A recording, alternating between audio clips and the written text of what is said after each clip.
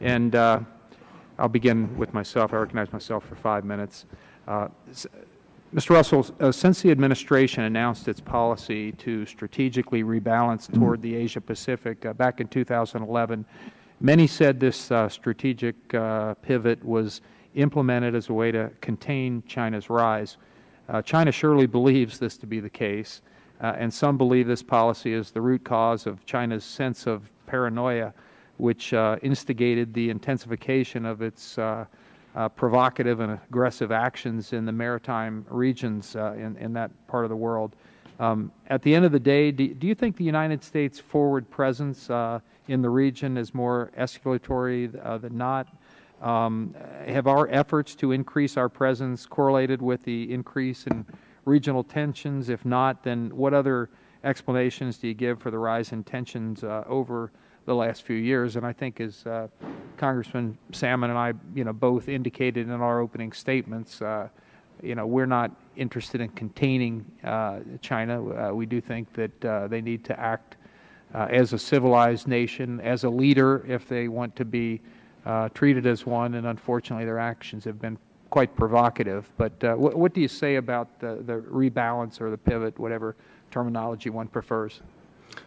Well, thank you very much for the thoughtful question, Mr. Chairman. I'd begin, if I may, by saying that when I was first seconded to the White House, to the National Security Council, in January of 2009, I heard and saw from the President and from the senior administration officials a commitment to strategic rebalance to the Asia-Pacific region based on U.S. interests.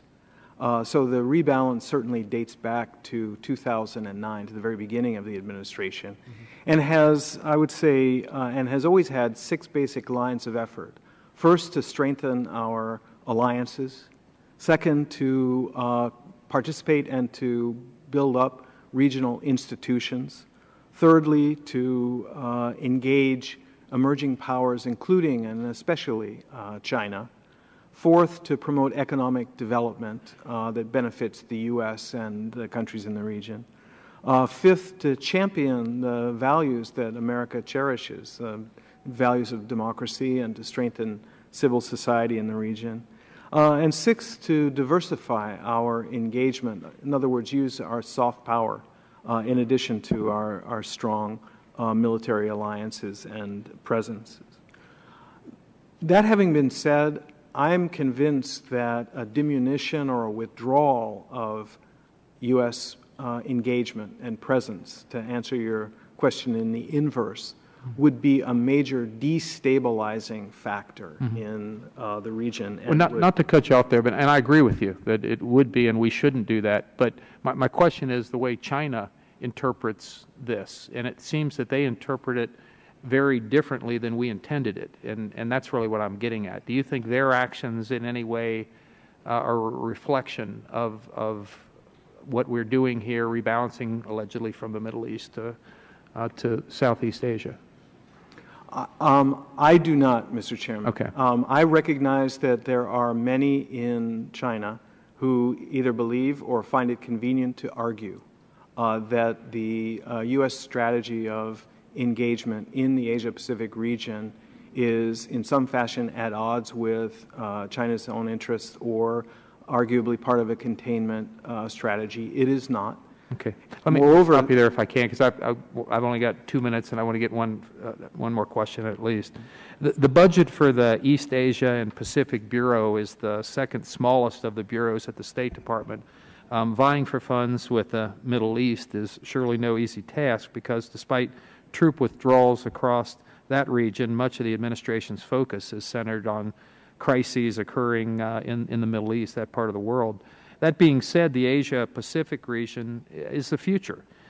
It's the driver of the global economy and will make or break our geopolitical role in the world, I believe. Balancing the need to increase our level of engagement in the Asia-Pacific with budget constraints here in Washington, how do you propose that we best increase our presence while restraining the cost of that engagement?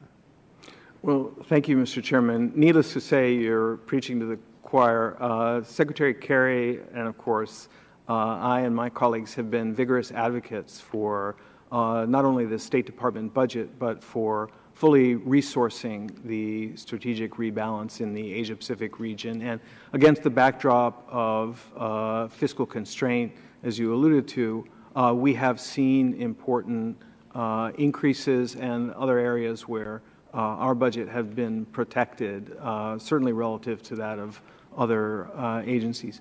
The lines of effort that we're pursuing in the State Department and as a government include activist diplomacy, include the clear and outspoken statements, public assertion of our policy, which has an important effect and is influential in providing confidence to our partners and allies in the region. A robust military presence, which must continue and that is enhanced greatly by our unique system of alliances and security partnerships. An aggressive effort to develop partner capacity, including by strengthening maritime domain awareness and other forms that allow our partners to act and to operate. And importantly, Mr. Chairman, our active engagement in the multilateral institutions that serve to help rule setting. These are projects that our men and women in our embassies and in our militaries are actively engaged in every day. Thank you very much. My time's expired. The ranking member, gentlelady from Hawaii, Ms. Gabbard, is recognized for 5 minutes. Thank you. Thank you very much, Mr.